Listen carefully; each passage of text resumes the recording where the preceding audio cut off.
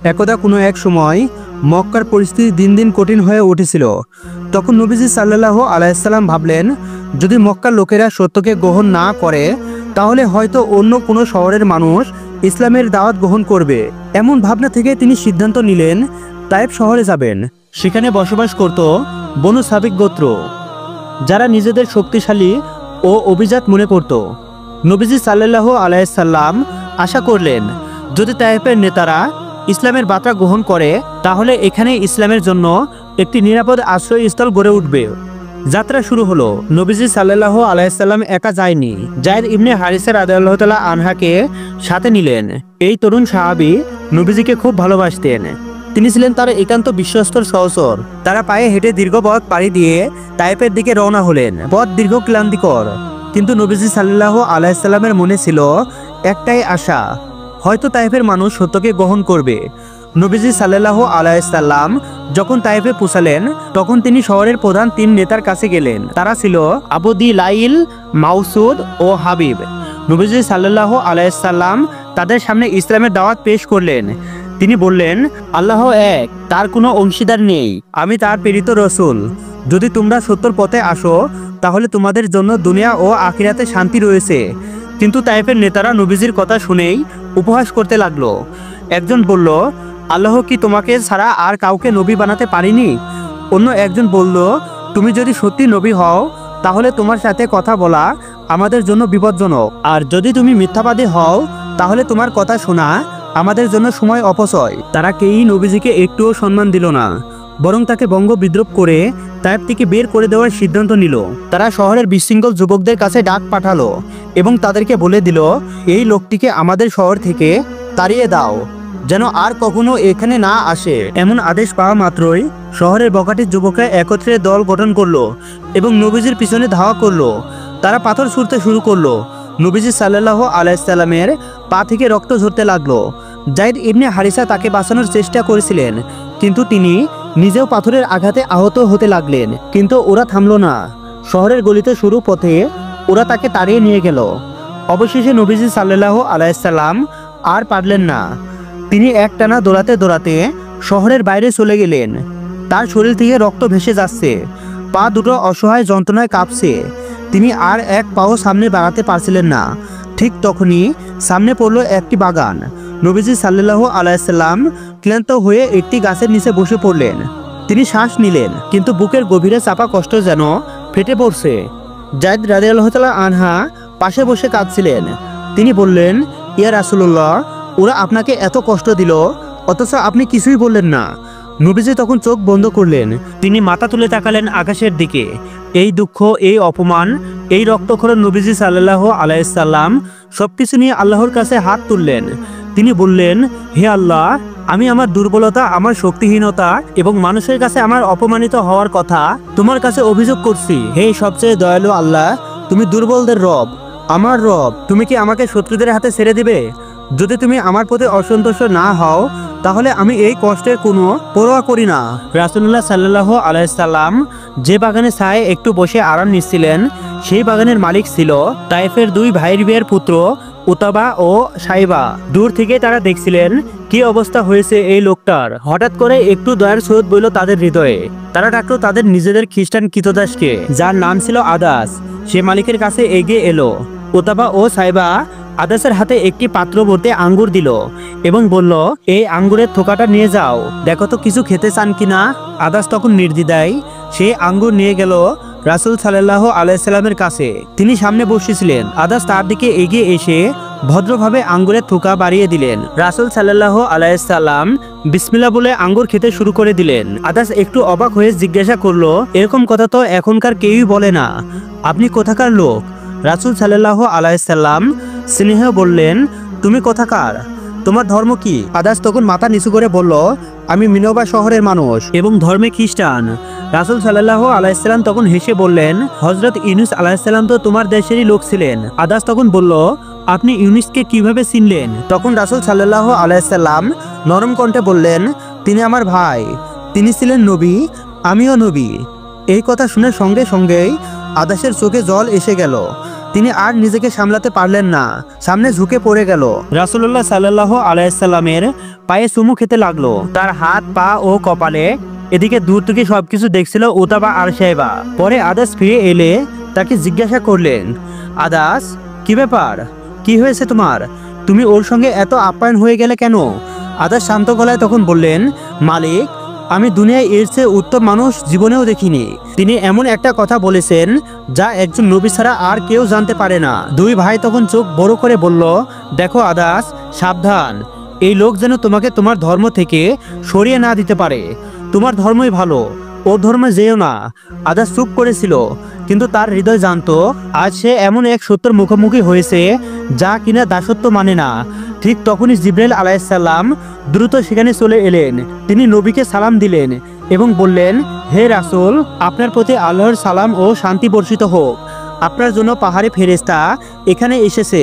আপনি চাইলে সে এই তায়েববাসীদের ধ্বংস করে দিতে পারে। এরপর পাহাড়ের ফেরেশতা তার সামনে চলে আসলো এবং তিনি বললেন, হে মুহাম্মদ, যদি আপনি চান তাহলে আমি এই দুই পাহাড়কে একত্রিত করে তায়েববাসীদেরকে পিষে ফেলবো, যেন তাদের আর অস্তিত্ব না থাকে। যদি নবীজি একবার অনুমতি দিতেন তাহলে তায়েববাসী এক নিঃশেষ মাটির সঙ্গে মিশে যেত। কিন্তু তিনি ফেরেশতাদেরকে বললেন, না, আমি চাই না তারা ধ্বংস হোক। তারা যদি ধ্বংস হয়ে যায় তাহলে দিনের দাওয়াত নিয়ে আমি কাদের কাছে যাব? তো এই ছিল আজকের ভিডিওটি কেমন লাগলো তা অবশ্যই কমেন্ট বক্সে কমেন্ট করে দিবেন। আর ভালো লাগলে একটি লাইক করতে ভুলবেন না। আজ তাহলে এই পর্যন্তই। সবাই ভালো থাকবেন, সুস্থ থাকবেন। আল্লাহ হাফেজ। এক রহস্যময় যাত্রী যিনি কাফেলার সবাইকে অবাক করে দিয়েছিলেন তার অলৌকিক জীবন ও আল্লাহর প্রতি অটুট ভক্তি দিয়ে। হযরত ওয়াইস করণী রাহমাতুল্লাহ আলাইহির এই হৃদয় স্পর্শী গল্পে লুকিয়ে আছেন ঈমান, ত্যাগ ও তওবার এক অসাধারণ শিক্ষা। কিভাবে একজন সাধারণ মানুষের জীবন হয়ে উঠেছিল অলৌকিক, জানতে হলে ভিডিওটি সম্পূর্ণ দেখুন। এক দৈনিক বুজুর্গ বলেন, একদা আমরা ইরাক থেকে মক্কা ও মদিনায় যাওয়ার ইচ্ছা করি। তাই একটা কাফেলা নিয়ে আমরা রওনা হই এবং আমাদের কাফেলাতে প্রচুর লোক ছিল। এমন সময় ইরাকদের মধ্য থেকে এক লোক আমাদের সম্মুখে আসে এবং আমাদের সাথে চলতে থাকে। লোকটির গায়ের রং ছিল বাদামি। অধিক পরিমাণ ইবাদত করায় দেহের রক্ত শুকিয়ে গিয়েছিল। লোকটির গায়ে নানান রকমের কাপড় তালি দেওয়া ছিল এবং পুরাতন কাপড় পরিধান করা ছিল। তার এক হাতে ছিল লাঠি, অপর হাতে একটি থলে বর্ণিত আছে। লোকটি ছিলেন হযরত ওয়াইস করণী রাহমাতুল্লাহ আলাইহি।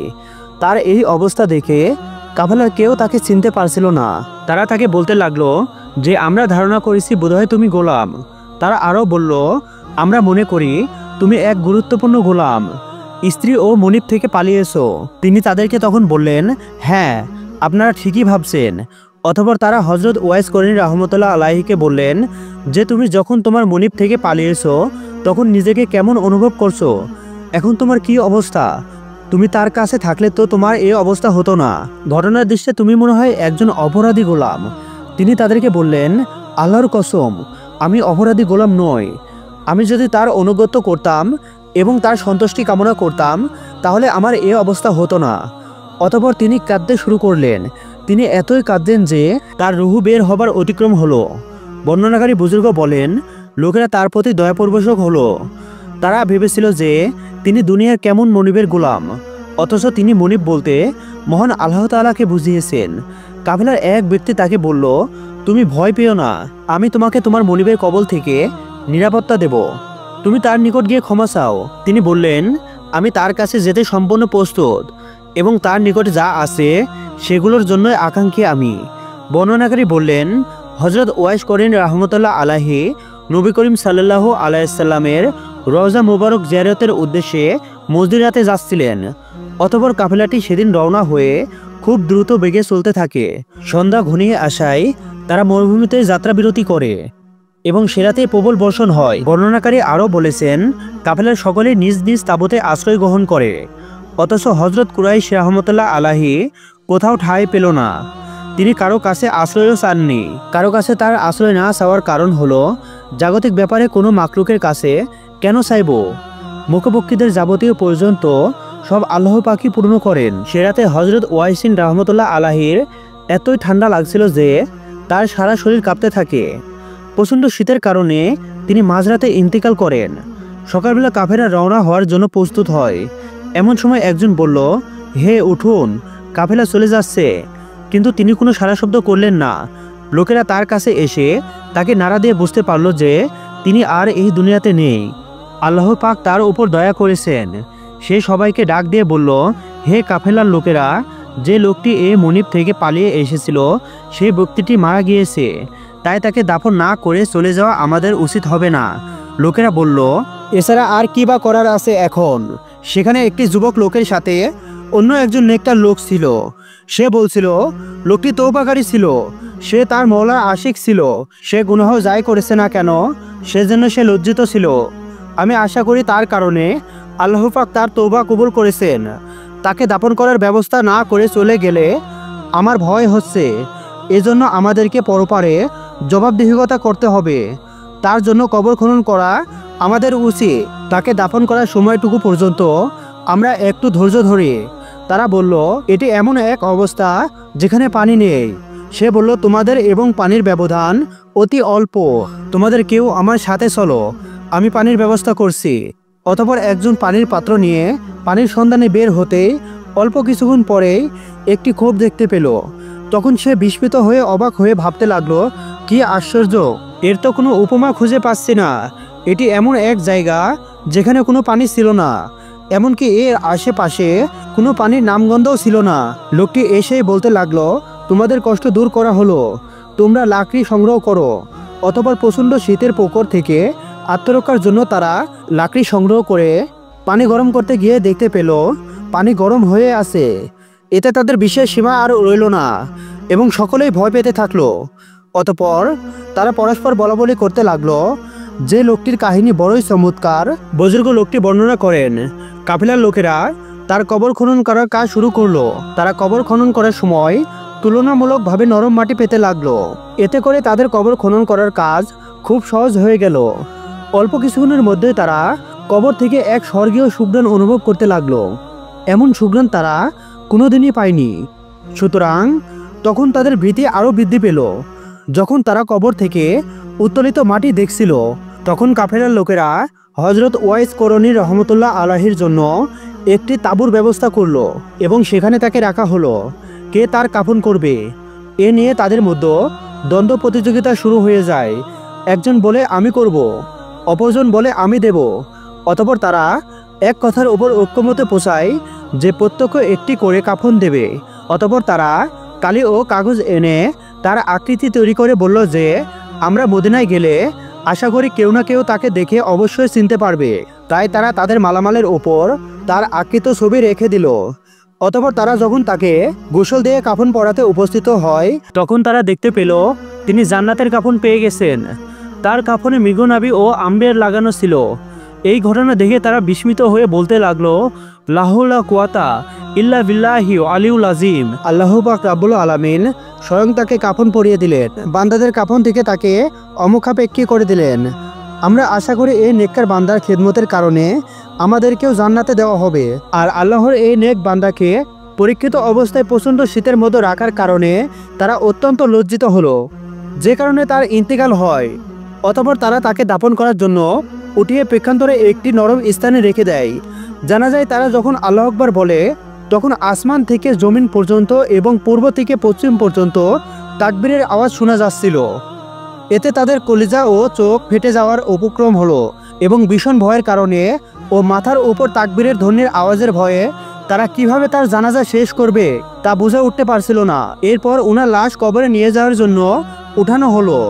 তাদের মনে হলো তারা যেন কোনো হালকা জিনিস ধরে নিয়ে যাচ্ছে। তারা কোনো ভর অনুভব করছিল না। এমনভাবে তাকে দাফন করা হলো। অতঃপর কাফেলার লোকেরা তার অলৌকিক ব্যাপারে আশ্চর্যিত হলো। অতঃপর তারা মসজিদে কুফাতে আসে এবং উসকুন রহমতুল্লাহ আলাহির এই আকার আকৃতি এবং ঘটে যাওয়া সমস্ত ঘটনা বর্ণনা করে। তখন কুফার মসজিদে কান্নার রোল পড়ে যায়। এ অবস্থা না হলে তার মৃত্যুর সংবাদ কেউই জানতো না এবং তার কবর কেউ খুঁজেও পেত না। তিনি নিজেকে লোকালয় থেকে লুকিয়ে রাখতে বা মানুষ থেকে পালিয়ে থাকতেন। মহান আল্লাহ তাআলা তার প্রতি সন্তুষ্ট হয়েছেন, আর তার বরকতে আমাদেরকেও বরকতময় করুন, আমিন। তো প্রিয় দর্শক, কেমন লাগলো আমাদের আজকের এই ভিডিওটি তা অবশ্যই কমেন্ট বক্সে কমেন্ট করে যাবেন। আজ তাহলে এই পর্যন্তই, আল্লাহ হাফেজ। একদা একটি বস্তিতে একজন লোক ছিল যার 3টি ছেলে ছিল। ছেলেগুলো ছোট থাকতেই তাদের মা মারা যায়। স্ত্রী মারা যাওয়ার পর সেই লোকটি আর দ্বিতীয় বিয়ে করেননি, কারণ সৎ মা তাদের উপর অত্যাচার করবে, তাই সেই বাচ্চারাই তার কাছে সব কিছু। ওই লোকটি সারাদিন অনেক কাজ করত, রাতে আল্লাহর ইবাদত বন্দিগি করত। সে কোনো রকম নেকির কাজ হাতছাড়া করতো না। তার সবগুলো ছেলে তার কথা শুনতো। তার বড় 2 ছেলে তাকে খুব ভালোবাসতো আর তার সাথে কাজ করত এবং নামাজও আদায় করত। কিন্তু তার ছোট ছেলে তার সাথে নামাজ পড়তো না, কোনো কাজে হাতও দিত না। সকালে ঘুম থেকে উঠে বাহিরে চলে যেত। ওই লোকটি মাঝে মাঝে ভাবতো, আমার এই ছেলে কি মুসলমান? না, তাকে তো কখনো নামাজ পড়তে দেখি না। লোকটির মাঝে মাঝে খুব রাগ হতো, কারণ সে জানতো তার বাকি 2 ছেলে খুব কাজের, এরাই তার মুখ উজ্জ্বল করবে। তার ছোট ছেলে তার কাছে কোনো আশাই ছিল না। অতঃপর একসময় সে ব্যক্তি বৃদ্ধ হয়ে যায়। সে একদিন আল্লাহর কাছে দোয়া করে বললেন, হে আল্লাহ, এখানে যা কিছু আছে তা সবই আমার 3 ছেলের। তবে আমি চাই আমার যে ছেলে সবথেকে বেশি সত্য ও নেকি ও পরহেজগার, সেই ছেলে তোমার পক্ষ থেকে আমার সবকিছু উপহার পাক। সে তার ছেলেদের পরীক্ষা করার জন্য তার কাছে ডেকে বলল, হে বৎসরা, আমার মনে হয় আমি আর বেশি দিন বাঁচব না, তাই আমার যা সম্পত্তি আছে তা সবকিছু তোমাদের 3 জনকে ভাগ করে দিতে চাই। তোমরা খারাপ হও আর ভালো হও, আমার যা আছে তা সবই তোমাদের 3 জনের মধ্যে সমান ভাগে ভাগ করা হবে, কেউ কম কেউ বেশি নয়। তবে এর মধ্যে একটি বিশেষ পুরস্কার রয়েছে, যেটা আমি সেই ছেলেকেই দিব যে খুব বেশি দায়িত্ববান। হে বৎসরা, তোমাদের 1 বিঘা করে জমি চাষবাদ করতে দেওয়া হবে। যে এটি 30 দিন পর্যন্ত চাষবাদ করতে পারবে, আমি তাকে সেই বিশেষ উপহারটি দিব। এটি আমি নিজের চোখে দেখতে চাই। আমি যদি মরেও যাই তাহলে সেই পুরস্কারটি ওই ছেলেটিই পাবে। বড় ছেলে তার বাবাকে দেখানোর জন্য তার বাবার সামনে ওই নষ্ট হয়ে যাওয়া জমিতে চাষাবাদ করতে শুরু করে আর বাড়িতে গিয়ে বলে, বাবা, ওই নষ্ট হয়ে যাওয়া জমিতে কেউ চাষাবাদ করতে পারবে না, কিন্তু আমি আপনার জন্য ওই জমিতে চাষাবাদ করব। আমি কতই না কষ্ট করি, মাথার ঘাম পায়ে ফেলে খাটুনি খাটি। আর বড় ছেলে তার বাবার চোখের সামনে নামাজ পড়তো। তখন বাবা চিন্তা করত, আমার 2 ছেলে সবকিছু আমার চোখের সামনে করছে, কিন্তু আমার ছোট ছেলে কেন কোনো কিছু আমার সম্মুখে করে না? তাহলে ওর কাছে কি আমার কোনো পছন্দের অপছন্দের দাম নেই? তখন বাবা বুঝে গেল, ছোট ছেলে সম্পত্তি দেখে ভাগ তো পেয়ে যাবে, কিন্তু সেই বিশেষ পুরস্কারটি তার বড় 2 ছেলের মধ্যেই কেউ না কেউ পাবে, যারা এই জমিতে চাষ করার চেষ্টা করছে। যে জমিতে কখনো চাষ করা সম্ভব না, কিন্তু তাও তারা আমার ভালো লাগার জন্য সেখানে চাষ করার চেষ্টা করছে। বড় 2 ছেলে বাবাকে দেখানোর জন্য সে জমিতে 30 দিন কাজ করলো। অন্যদিকে বাবা শারীরিকভাবে অসুস্থ ছিল, তাই সে হাঁটাচলা করতে পারতো না, আর এই জন্য সে জানতও না তার বড় 2 ছেলে সে জমিতে কি করছে, কিন্তু সে বিশ্বাস করত তার ছেলেরা চেষ্টা করছে। অন্যদিকে ছোট ছেলে 30 দিন বাড়ি যায়নি। বড় 2 ছেলে বাবাকে বলে, বাবা, এটা আপনার কেমন ছেলে? সে আপনার সামনে ইবাদত তো করেই না, আপনার বলা মতো সে জমিতেও যায়নি মনে হয়। ও আপনার ছেলেই না, আর আপনার যখন ছেলে না, তাহলে তো আমাদের ভাইও না। আমরা তো আপনার ছেলে, সবসময় চাই আপনাকে খুশি করতে। তাদের কথা শুনে বাবা তাদের দোয়া দিতে লাগলো, কিন্তু বাবা কখনো এটা জানার চেষ্টা করেনি যে ছোট ছেলে কেন এমনটা করে। একদিন সে দিনটি চলে এলো যখন বাবা মারা গেল। তখন সে মারা যাওয়ার আগে 3 ছেলের মধ্যে সব সম্পত্তি সমান ভাগে ভাগ করে দিয়ে গেছে এবং বলে গিয়েছিল, সম্পত্তি তোমরা সমান সমানই পেয়েছো, কিন্তু এই বিশেষ উপহারটি একজনই পাবে, যে দিনদার হবে। বাবা মারা যাওয়ার পর বড় 2 ভাই ছোট ভাইকে বলল, তুই তো নাফরমানির কাজ করেছিস, তুই বাবার সামনেও বেশি থাকিস না, ঠিক মতো ইবাদত করতি না, আমাদের তো তোকে মুসলিম বলে মনেই হয় না, তুই কখনো মসজিদে গিয়ে নামাজ আদায় করিস না, আর না বড় তুই কোনো কিছু ঠিক মতো করিস, বরং তুই ঘরের বাইরে থাকিস, আর এই জন্য তুই আমাদের ভাই না, আর তোর আমাদের সম্পত্তির ওপর কোনো অধিকার নেই। অতএব তুই আমাদের এই সম্পত্তি ফিরিয়ে দে। অতঃপর ছোট ভাই তাদের দুজনের মধ্যে সম্পত্তি সমান ভাগে ভাগ করে দিল। তখন ভাইরা বলল, তুই চাইলে সেই নষ্ট হয়ে যাওয়া জমিটি নিতে পারিস। বাবাকে দেখানোর জন্য আমরা বলতাম আমরা ওই জমিতে চাষবাদ করি, কিন্তু আমরা তো জানি না যে সেই জমিটি আসলে কোথায়। ছোট ভাই তখন বলল, তাহলে তোমরা বাবাকে মিথ্যা কথা কেন বলেছিলে? তখন তারা বলল, আমরা মিথ্যা বলেছি কারণ আমাদের সেই পুরস্কারটা চাই, যে পুরস্কার কথা বাবা বলেছে, যে কোনো এক ভালো ছেলেই পাবে সেই পুরস্কার। এখন আর তো এখানে কোনো কাজ নেই, তুই নষ্ট জমিতে গিয়ে তোর ঝুপড়ি বানিয়ে থাক। এটা বলে ছোট ছেলেকে বাড়ি থেকে তাড়িয়ে দিল। ছোট ছেলে তখন গরিব কাঙাল, তার কাছে কোনো একটা কানাকড়িও ছিল না। হাঁটতে হাঁটতে সে ওই নষ্ট হয়ে যাওয়া জমিটিতে পৌঁছে গেল।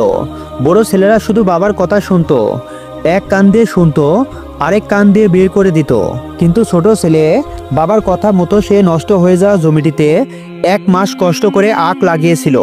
এখন সে ওই জমিটিতে তার একটি ঝুপড়ি বানিয়ে বসবাস করতে শুরু করলো, যা তার ভাইয়েরা তাকে দিয়েছিল। সে তার বাবার কথা আমলও করত। অন্যদিকে বড় 2 ভাই বলতে লাগলো, বাবা বলেছিল বাবা মারা যাওয়ার পর আমাদের একজন মুসাফিরের সাথে দেখা হবে, যে মুসাফির আমাদের ওই পুরস্কারের কথা বলে দিবে। কিন্তু সে মুসাফিরের সাথে তো দেখা হচ্ছে না, তার সাথে কবে দেখা হবে? প্রতিদিন এগুলো চিন্তা করত। অন্যদিকে ওই ছোট ছেলে সারাদিন পরিশ্রম করত এবং আখ কেটে বাজারে বিক্রয় করত। রাতে আবার সে ইবাদত করত। একদা এক রাতে সে স্বপ্ন দেখল, একজন বৃদ্ধ লোক সাদা পাঞ্জাবি পরে দাড়িওয়ালা, দেখতে খুব সুন্দর। সে এসে বলল, হে বৎস, তোমার জমিতে এমন একটি আখ রয়েছে যে আখের নিচে সেই খাজানা রয়েছে যেটির কথা তোমার বাবা বলে গিয়েছিল। যাও সেটি নিয়ে আসো। ছোট ছেলেটি তখন বলল, সেখানে কি আমার জন্য রহমত রয়েছে? সেই বৃদ্ধ লোকটি তখন বলল, সেখানে তোমার জন্য খাজানা আছে, কিন্তু রহমত নেই। তখন সেই ছোট্ট ছেলেটি বলল, আমাকে বলা হয়েছিল শুধু রহমতের খাজানা নেওয়ার জন্য। অতঃপর সেই বৃদ্ধা লোকটি সেদিনের মতো চলে গেল এবং আরও একদিন সেই বৃদ্ধা লোকটি এসে বলল, যাও সেখান থেকে তোমার 10টা খাজানা নিয়ে আসো। ছেলেটি পুনরায় বলল, সেই 10টি খাজানায় কি আমার জন্য রহমত থাকবে? বৃদ্ধ লোকটি বলল, না বাবা, আমি আজ দ্বিতীয়বার তোমার স্বপ্নে এলাম। যাও গিয়ে ওই আখের নিচ থেকে একটি খাজানা নিয়ে আসো, যেটাতে তোমার জন্য অনেক বরকত থাকবে। ওই ছেলেটির ভেতরে কোনো লোভ লালসা ছিল না, তাই সে কথা মতো ওই ক্ষেতের আগ পর্যন্ত পৌঁছে গেল, যেটি দেখতে পুরোপুরি সোনার মতো চমকাচ্ছিল। সেটি আসলে সোনাই ছিল। কিন্তু যখন সে ওই আগাটা উঠিয়ে ফেলে মাটি খুলল, তখন সে সেখানে একটি পাতিল পেল, তবে পাতিলটি ছিল খালি। সে এই বিষয়ে কাউকে কোনো প্রশ্ন করতে চাচ্ছিল না, তাই সে চুপচাপ সে পাতিলটি নিয়ে তার ঝুপড়িতে এলো। সে চুপচাপ রাতের অপেক্ষা করতে লাগলো। সে ভাবলো হয়তো রাতে সে আবারও আসবে। যখন রাত হয়ে গেল, সে নামাজ পড়তে শুরু করলো। নামাজ পড়ার পর তার হালকা একটু চোখ লেগে গেল। তখন তার স্বপ্নে আবারও সেই সাদা দাড়িওয়ালা দরবেশটি এলো এবং সে বলল, হে বাবা, আশা করি তুমি পাতিলটি পেয়ে গিয়েছো। ছেলেটি তখন বলল, জি, আমি পাতিলটি পেয়ে গিয়েছি, কিন্তু আমি এই পাতিল দিয়ে কি করব? এই পাতিলটি তো খালি। তখন সেই বৃদ্ধ লোকটি বলল, তুমি এই পাতিলটি নিয়ে বস্তিতে চলে যাও, যে বস্তিতে অনেক গরিব লোক বাস করে। তুমি সেখানে গেলে আমি তোমাকে বলে দেব তোমার কি করতে হবে। সেই দরবেশের কথা মতো ওই যুবকটি ওই পাতিলটি নিয়ে একটি বস্তিতে গেল। সেখানে অনেক গরিব মানুষ ছিল। তাকে দেখে সব গরিবরা ছুটে এলো এবং তাকে বলল, 1 মাস হয়ে গেল আমরা কেউ ভাতের একটা দানাও মুখে দেইনি, তুমি কি আমাদের সাহায্য করতে এসেছো? এই কথা শুনে ওই যুবকটি কিছু বুঝতে না পেরে হ্যাঁ বলে দিল, আমি তোমাদেরকে সাহায্য করতে এসেছি, কিন্তু ওই পাতিলটি তো ছিল খালি। সে তাদের জিজ্ঞাসা করলো, আপনারা কি খেতে চান? জবাবে তারা বলল, আমরা গরম গরম কিছু একটা খেতে চাই। অতঃপর সেই যুবকটি পাতিলের ঢাকনা সরিয়ে দেখে পাতিল ভর্তি ক্ষীর। এই ক্ষীর দেখে বস্তির লোকেরা খুব খুশি হয়ে গেল এবং তাকে আসার সময় বলতে লাগলো, হে বাবা, তুমি আমাদের কাছে আসতে থেকো। অতঃপর ওই দরবেশ তাকে বলল, হে বাবা, এই পাতিলটি তুমি সাবধানে রেখো। যখনই কোনো গরিবকে দেখবে, তখনই যে খাবারের নাম ধরে তুমি ইচ্ছা প্রকাশ করবে, সেই পাতিলে সেই খাবার চলে আসবে। সুবহান আল্লাহ। বহুকাল আগে এক গ্রামে একজন লোক বাস করত। সে ছিল বিবাহিত। তার বউ সবসময় তাকে কটু কথা শোনাতো, কারণ তিনি ঘরের জন্য কোনো প্রয়োজনীয় জিনিসপত্র আনতে পারতেন না। লোকটির সবসময় কাজ থাকতো না, তাই তিনি ঘরের জন্য সবসময় বাজার করতে পারতেন না। এ নিয়ে তার বউ তাকে খুবই কথা শোনাতো, যার ফলে লোকটি তার স্ত্রীকে খুবই ভয় পেত এবং মনে মনে অনেক কষ্ট পেত। 3 দিন হয়ে গেল, লোকটির কোনো কাজ নেই, ঘরের মধ্যে কোনো খাবারও নেই। তার স্ত্রী লোকটির ওপর অনেক রেগে গেল এবং বলল, ঘরের সন্তানরা না খেয়ে রয়েছে, চুলায় আগুন জ্বলছে না, ঘরের মধ্যে খাবারও কিছুই নেই, আপনি দয়া করে কাজের ব্যবস্থা করুন। যদি কাজের ব্যবস্থা না করতে পারেন তাহলে আমার সাথে আপনি আর কথা বলবেন না। এই কথা শুনে লোকটি দিনমজুরের কাজের উদ্দেশ্যে ঘর থেকে বেরিয়ে পড়ল, কিন্তু কোথাও কোনো কাজের সন্ধান পেল না, আর কারো কোনো কাজের লোকের প্রয়োজনও ছিল না। লোকটি অনেক হতাশ হয়ে পড়ল। সে মনে মনে চিন্তা করলো, আমি যদি আজকের বাড়িতে টাকা না নিয়ে যাই এবং বাজার না করে যাই তাহলে আমার স্ত্রী না জানি কি শুরু করবে। সে মনে মনে খুবই ভয় পেত তার স্ত্রীকে। অতঃপর সে চিন্তা করলো, ঘরের মধ্যে 3 দিন ধরে সন্তানরা না খেয়ে আছে, এবার আমি কি করব। অতঃপর সে মনে মনে ঠিক করলো, যেহেতু আমি কোনো কাজ পাইনি তাহলে আমি জঙ্গলে গিয়ে আজকের পুরো দিন আল্লাহর ইবাদত করব। তিনি আমার জন্য হয়তো কোনো কিছুর ব্যবস্থা করে দিবেন। তারপর সেই লোকটি একটি জঙ্গলে গেল এবং পুরো দিন আল্লাহর ইবাদত বন্দিগিতে মুশগুল রইল। অতঃপর রাত্রিবেলা তিনি খালি হাতে বাড়িতে ফিরলেন। লোকটি যখন বাড়িতে ফিরলেন তখন তার স্ত্রী বলল, কি হলো, আজকের মজুরি কোথায়, আপনি আজকে কাজ করেননি? তখন লোকটি তার স্ত্রীকে বলতে লাগলো, আমার মালিক বলেছেন কালকে আমার মজুরির টাকা দিয়ে দিবে। তখন তার স্ত্রী আর কিছু বলল না। অনুরূপভাবে পরের দিন লোকটি আবারও বাড়ি থেকে কাজের উদ্দেশ্যে বেরিয়ে পড়ল। আজকেও সে কোনো কাজ পায়নি, তাকে কেউ কাজ দিচ্ছিল না। আজকেও সে হতাশ হয়ে গেল এবং আগের দিনের মতো আজকেও সে জঙ্গলে গিয়ে আল্লাহর ইবাদত বন্দিগিতে মুশগুলে পড়ল এবং রাত্রিবেলা সে ঘরে ফিরল। তখন তার স্ত্রী জিজ্ঞাসা করলো, কি হলো, আজকে আপনার মালিক আপনাকে কাজের মজুরি দিয়েছে? তো তখন লোকটি বলল, আমার মালিক বলেছে কালকের দিন যদি আমি কাজে যাই তাহলে 3 দিনের মজুরির টাকা একত্রে আমাকে দিয়ে দিবে। তখন তার স্ত্রী বলল, তাহলে বেশ, তাহলে তাই হবে। এরপর 3য় দিন সকালবেলা তার স্ত্রী তার হাতে একটি ব্যাগ ধরে দিয়ে বলল, আজকে 3 দিনের মজুরি এই ব্যাগের মধ্যে করে আমার কাছে উপস্থিত করবে। লোকটি ব্যাগটি নিয়ে বাড়ি থেকে বেরিয়ে পড়ল, কিন্তু আজকেও কোনো কাজের সন্ধান পেল না। আজকেও কোনো কাজ নেই। সে খুবই চিন্তায় পড়ে গেল। সে হতাশায় ভুগতে লাগলো। তারপর সে পুনরায় জঙ্গলে গিয়ে আল্লাহর ইবাদত করে এবং পুরো দিনটি সেখানেই কাটিয়ে দিল। সন্ধ্যায় যখন সে বাড়িতে ফিরবে তখন সে ব্যাগটি দেখে মনে পড়ল, আমার স্ত্রী বলেছে 3 দিনের মজুরি নিয়ে যেতে, কিন্তু আমি তো 3 দিন কোনো কাজই করিনি। তাহলে আমি এই 3 দিন আমার রবের ইবাদত করেছি, তাহলে আমি এবার কি করব? এরপর সে সামনে একটু এগিয়ে যেতেই কিছু পাথর পড়ে থাকতে দেখলো। সে ব্যাগের মধ্যে পাথরগুলো ভরে নিল এবং চিন্তা করলো এই পাথর ভর্তি ব্যাগ সে তার স্ত্রীর হাতে দিয়ে দেবে। সন্ধ্যাবেলা যখন পাথর ভর্তি ব্যাগ নিয়ে সে বাড়ির দিকে রওনা হলো তখন সে চিন্তা করতে লাগলো, আজকে আমার অবস্থা কি বা কি হয় সেটা শুধুমাত্র আল্লাহই জানে। এই 3 দিন তো আমি শুধুমাত্র আমার স্ত্রীকে মিথ্যা কথাই বলেছি। আসলে আমার তো কোনো কাজই নেই। আমি তো সারাদিন আল্লাহর ইবাদত করে কাটিয়ে দিয়েছি। আমার আজ কি বা কি হয় এই চিন্তা করতে করতে লোকটি ভয়ে ভয়ে বাড়িতে এসে পৌঁছালো। লোকটি বাড়ির দরজার সামনে এসে খুব ভয় পেয়ে গেল। পাশাপাশি সে দেখলো যে তার ঘর থেকে খুব সুন্দর রান্নার ঘ্রাণ আসছে। সে মনে মনে চিন্তা করতে লাগলো, আমি তো 3 দিন ধরে কোনো বাজার করিনি, তাহলে ঘরের মধ্যে রান্নার ঘ্রাণ আসছে কোথা থেকে, খাবার এলো কোথা থেকে, চুলায় বা জ্বলছে কি করে। এই চিন্তা করতে করতে সে ওই পাথর ভর্তি ব্যাগ নিয়ে ঘরের ভিতরে প্রবেশ করলো। তখন সে তার স্ত্রীকে জিজ্ঞাসা করলো, এটা কি, বাজার কোথা থেকে এসেছে, রান্না হচ্ছে কি করে।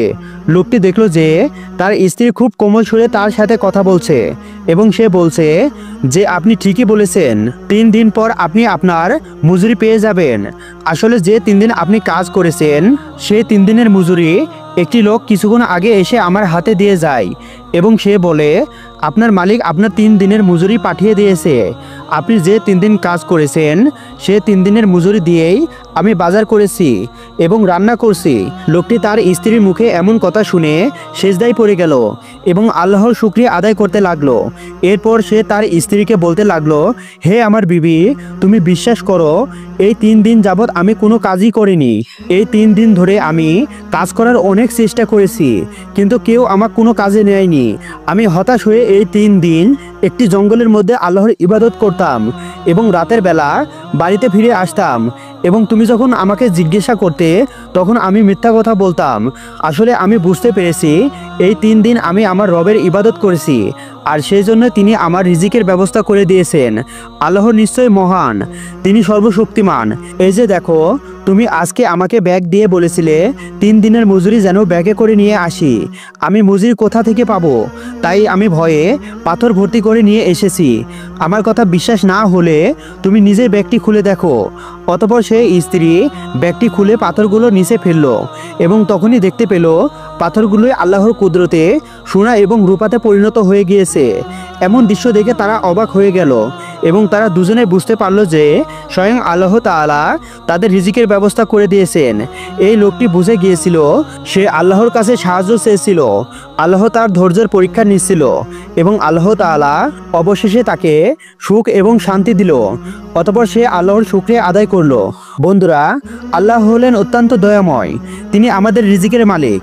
আমরা যতই রিজিকের পিছনে ছুটি না কেন, আমাদের ভাগ্য আল্লাহ তাআলা যতটুকু নির্ধারণ করে রেখেছেন ঠিক ততটুকুই আমরা পাবো। আমরা যখন রিজিকের চিন্তায় ভুগবো তখন যেন আল্লাহর ইবাদতে মশগুল হই এবং আল্লাহর কাছে সাহায্য প্রার্থনা করি, কেননা রিজিক তার হাতে। তিনি পারেন আমাদেরকে রিজিকের ব্যবস্থা করে দিতে, সকল প্রকার দুশ্চিন্তা থেকে মুক্তি দিতে। পৃথিবী সৃষ্টির 50,000 বছর পূর্বেই সমস্ত মানুষের রিজিক নির্ধারণ করা হয়েছে। তাই দুনিয়াতে আমরা যতই কর্ম করি না কেন এবং অর্থের পিছনে ছুটি না কেন, যতই সুখ শান্তির পিছনে ছুটি না কেন, এই সকল কিছুই নির্ভর করবে একমাত্র আল্লাহর উপর। তিনি আমাদের যতটুকু দিবেন ততটুকুই আমরা গ্রহণ করতে পারবো, এর বাইরে একটি দানাও আমাদের জন্য নয়। একদা মক্কা কুরাইশ বংশের এক নামকরা নেতা ছিল আবুল আহাব। তার আসল নাম ছিল আব্দুল উজ্জা, কিন্তু তার মুখ সবসময় লালচে থাকতো, যেন আগুনের শিখা জ্বলছে। তাই লোকেরা তাকে আবুল আহাব অগ্নিশিখার জনক বলে ডাকতো। কিন্তু সে ছিল ইসলামের সবচেয়ে বড় শত্রু। নবীজি সাল্লাল্লাহু আলাইহি সাল্লামের আপন চাচা হয়েও প্রথম দিন থেকেই তার দাওয়াতের বিরোধিতা করে আসছিল। যতবার নবীজি ইসলাম প্রচার করতেন, আবুল আহাব ততবার পিছনে গিয়ে লোকেদের বিভ্রান্ত করত। একদিন নবীজি সাল্লাল্লাহু আলাইহি সাল্লাম আল্লাহর নির্দেশে মক্কার বিখ্যাত সাফা পাহাড়ে উঠে দাঁড়ালেন। মক্কার এটা ছিল প্রচলিত রীতি, যখন কেউ কোনো কিছু জরুরি কিছু ঘোষণা করতে চায় তখন সে এই পাহাড়ে উঠে ডাক দিত।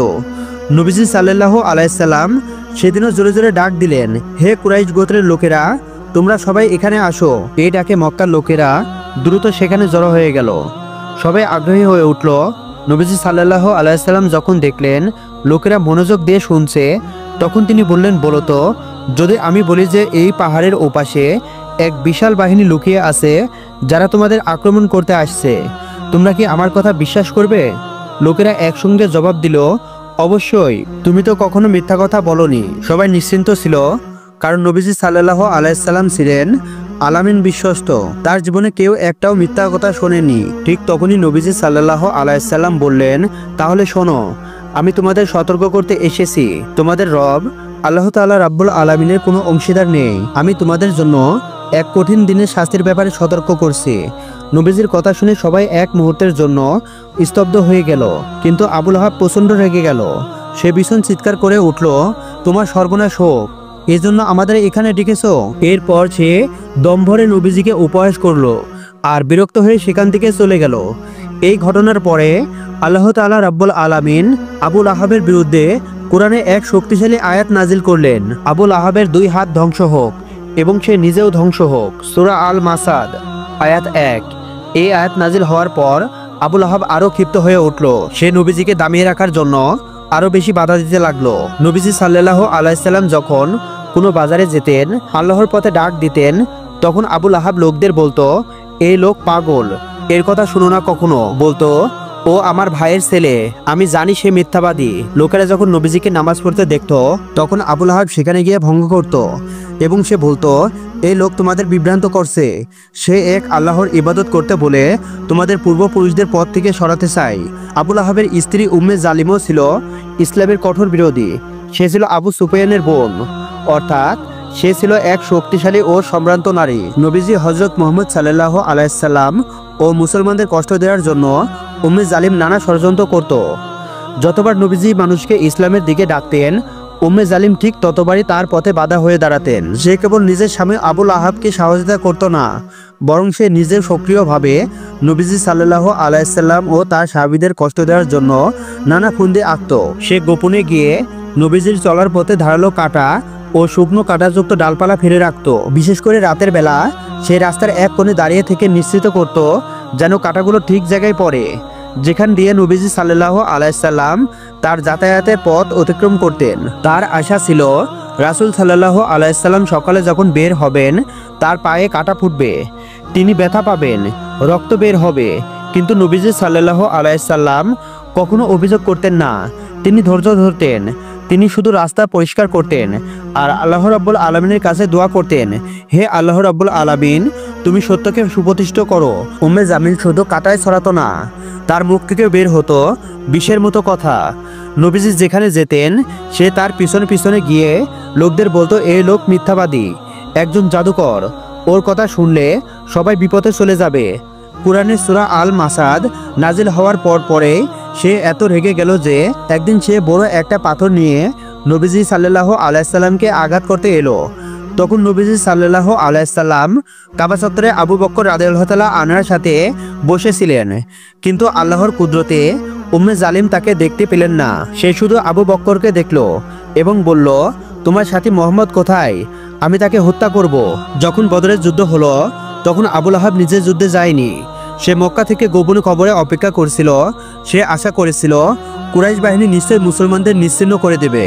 কিন্তু যখন সে উল্টো খবর পেল তখন সে হতবাক হয়ে গেল। যখন একজন এসে বলল, মুসলমানরা জয়ী হয়েছে, কুরাইশদের বড় বড় নেতারা নিহত হয়েছে, আবু জেহেল মারা গিয়েছে, এই খবর শুনে আবু লাহাবের মুখ কালো হয়ে গেল, তার শরীর কাঁপতে লাগলো। সে বিশ্বাস করতে পারছিল না মুহাম্মদ সাল্লাল্লাহু আলাইহি সাল্লামের অনুসারীরা মাত্র 313 জন, অথচ তারা কুরাইশদের শক্তিশালী 1000 সৈন্যকে পরাজিত করেছে। সে ক্ষিপ্ত হয়ে চিৎকার করলো, এ অসম্ভব, কুরাইশ পরাজিত হতে পারে না। কিন্তু এই সত্য মেনে নেওয়া ছাড়া তার আর কোনো উপায় ছিল না। বদরের যুদ্ধের পর থেকেই আবু লাহাব মানসিকভাবে বিধ্বস্ত হয়ে পড়েছিল, তার আত্মবিশ্বাস ভেঙে গিয়েছিল। এরপর কয়েকদিনের মধ্যেই তার শরীরে প্রথম দেখা দিল এক অদ্ভুত রোগ। সে অনুভব করছিল তার শরীরের ভিতর থেকে পচতে শুরু করেছে। প্রথমে তার গায়ে ছোট ছোট ফুসকুড়ি দেখা দিল, তারপর ফুসকুড়িগুলো বড় হতে লাগলো, তার শরীর থেকে দুর্গন্ধ বের হতে লাগলো। দিনের পর দিন তার শরীর দূষিত রক্ত আর পুজ জমতে লাগলো। এই রোগ ছিল প্লেগ বা গুটি বসন্তের মতো। মক্কার লোকেরা একসময় বুঝতে পারল আবু লাহাবের শরীরে এক ভয়ানক সংক্রমণ ছড়িয়ে পড়েছে। একজন বলল, ওর শরীর থেকে দুর্গন্ধ বের হচ্ছে, আমি ওর পাশে থাকলে নিজেও আক্রান্ত হয়ে যাব। তারপর সবাই দূরে সরে গেল। তার নিজের আত্মীয়রাও তার কাছে আসতে চাইল না। আবু লাহাব কাতরাতে লাগলো। সে চিৎকার করে ডাকলো, কেউ একটু পানি দিয়ে যাও, কেউ একটু আমার পাশে বসো। কিন্তু কেউ এলো না। তার পরিবার ও বংশের লোকেরা সবাই দূর থেকে দুর্দশা দেখলো, কিন্তু কেউ কাছে গেল না। সে একা অসহায় অবস্থায় ধীরে ধীরে মৃত্যুর দিকে এগিয়ে যেতে লাগলো। অবশেষে সে মারা গেল। তার মৃতদেহ স্পর্শ করতেও কেউ রাজি হলো না। লোকেরা তার লাশ দেখেও কাছে গেল না। কেউ বলল, এই লাশে রোগ ছড়িয়ে আছে, যদি স্পর্শ করি আমরাও আক্রান্ত হয়ে যাব। তার আত্মীয়রাও কেউ সাহস করলো না তাকে গোসল করাতে, কাপড় জড়াতে, কবর দিতে। অবশেষে তারা একটি লম্বা লাঠি নিল। লাঠি দিয়ে দূর থেকে তার লাশ ধাক্কা দিয়ে এক গর্তের দিকে ঠেলে দিল। তারপর তার উপর মাটি ও পাথর চাপা দিয়ে দিল।